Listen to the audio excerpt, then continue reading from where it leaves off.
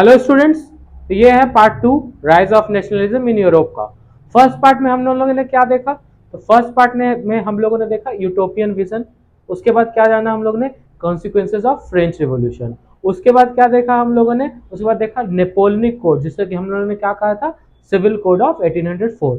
उसके बाद हम लोगों ने क्या देखा कि क्यों नेशनलिज्म लाना यूरोप में क्या था? डिफिकल्ट था। आज के टॉपिक में हम लोग क्या देखेंगे? तो सबसे फर्स्ट टॉपिक होगा लिबरल नेशनलिज्म होता क्या है। उसमें हम लोग बात करेंगे जॉल्वरीन का। उसके पहले हम लोग देखेंगे नेपोलियनिक कन्फेडरेशन ऑफ 39 स्टेट्स। ठीक है। उसके आगे हम लोग क्या पढ़ेंगे? उसके आगे पढ़ेंगे हम लोग ट्रीटी ऑफ वियना। ठीक है। ट्रीटी ऑफ वियना के बाद हम लोग क्या देखेंगे? रिवोल्यूशनरीज। रिवोल्यूशनरीज के बाद हम लोग जानेंगे ट्रीटी ऑफ कॉन्स्टेंटिनोपोल, लैंग्वेज कैसे रोल प्ले किया नेशनलिज्म को लाने में, और एक और ग्रीस वार ऑफ इंडिपेंडेंस हम लोग आज के टॉपिक में देखेंगे।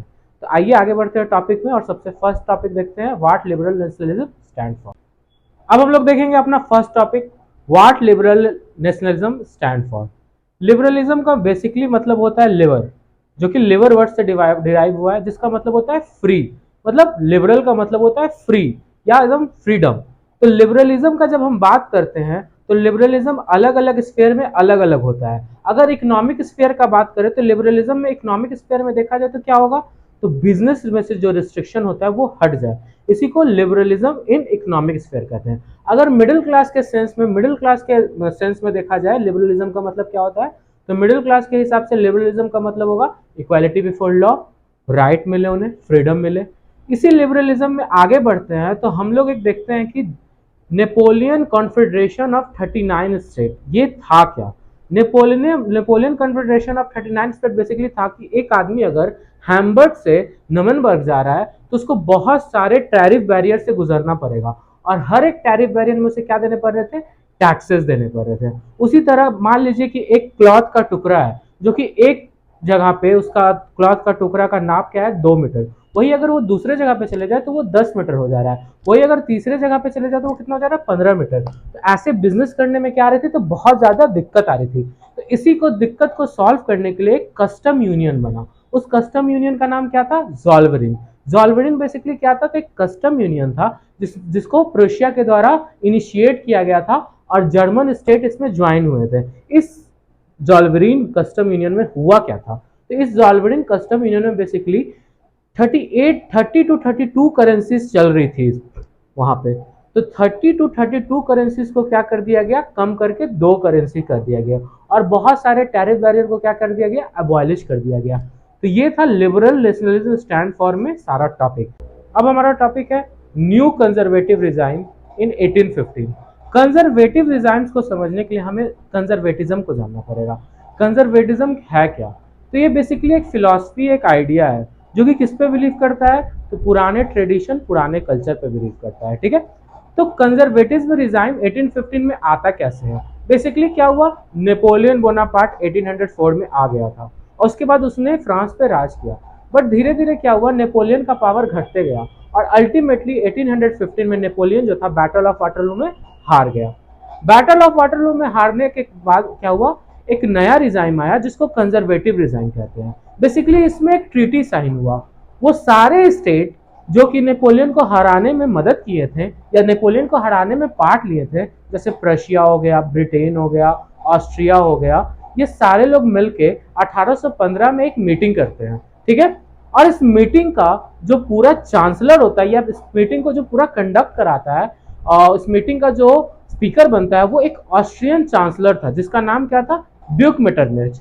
इस मीटिंग का चांसलर कौन बनते हैं? Austrian chancellor Duke Metternich. और ये एक मीटिंग हेल्ड होता है, और इस मीटिंग में कुछ डिसीजंस लिए जाते हैं। इसी डिसीजंस को क्या कहा गया था? Treaty of Vienna. Treaty of Vienna में क्या क्या डिसीजंस लिए गए? तो ट्रीटी ऑफ वियना में बेसिकली वो सारे जो भी चेंजेस हुए थे नेपोलियनिक वार के दौरान, नेपोलियन के युद्ध के दौरान फ्रांस में जो भी चेंजेस हुए थे, उन सारे चेंजेस को क्या कर दिया गया? अंडू कर दिया गया। ठीक है। उसके बाद इसमें क्या और हुआ? तो फ्रांस में बेसिकली फ्रांस का आगे कोई भी एक्सपेंशन ना हो, या आगे फ्रांस का एरिया में कोई भी डिस्टर्बेंस ना आए, इसके लिए बॉर्डर सेट कर दिया गया।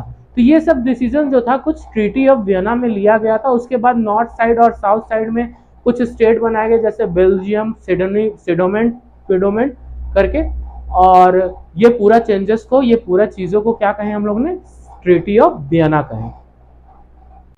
ये जो कंजर्वेटिव रिजाइम बना था 1815 में ट्रीटी ऑफ वियना के बाद, जिसके बाद बर्बन डायनेस्टी रिस्टोर्ड हो चुका था, वो जो डायनेस्टी बना था वो बेसिकली ये जो पूरा 1815 के बाद जो एक डायनेस्टी बना था ये ऑटोक्रेटिक था।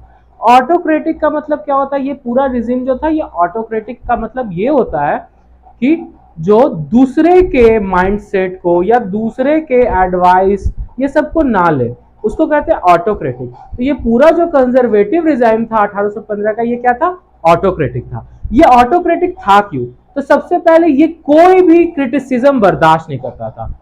अगर कोई भी कंजर्वेटिव रिजिम जो बना था उसके खिलाफ कुछ बोलना चाहे या कुछ एक्टिविटी करना चाहे तो वो इसको भाता नहीं था और वो इसको क्या कर देता था, खत्म करवाने का कोशिश करता था। दूसरा क्या था, उसने सेंसरशिप डाल दिया। कोई भी न्यूज़पेपर आर्टिकल या कोई भी बुक जो है बिना उनके परमिशन के पब्लिश नहीं हो सकती थी। इसलिए क्या था, ऑटोक्रेटिक जो था, ये कंजर्वेटिव रिजाइम जो था ये ऑटोक्रेटिक था। आइए आगे बढ़ते हैं और अब बढ़ते हैं अपने नेक्स्ट टॉपिक।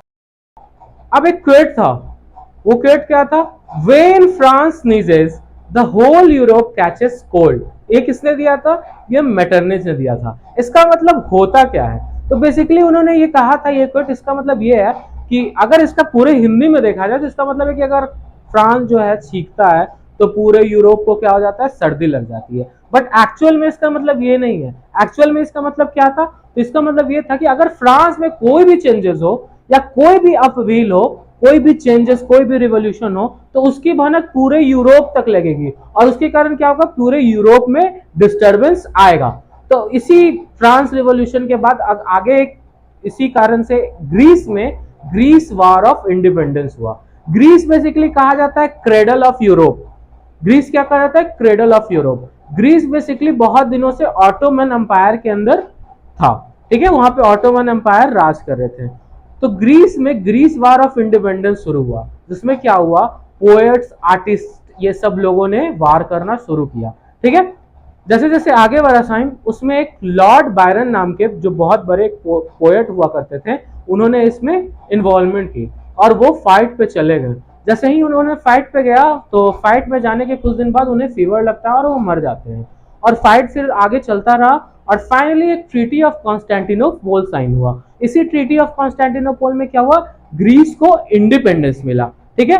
तो ट्रीटी ऑफ कॉन्स्टेंटिनोपल समझ में आ गया, ग्रीस वार ऑफ इंडिपेंडेंस और ट्रीटी ऑफ कॉन्स्टेंटिनोपल एक साथ चलता है। तो अब आगे बढ़ते हैं नेक्स्ट टॉपिक की ओर।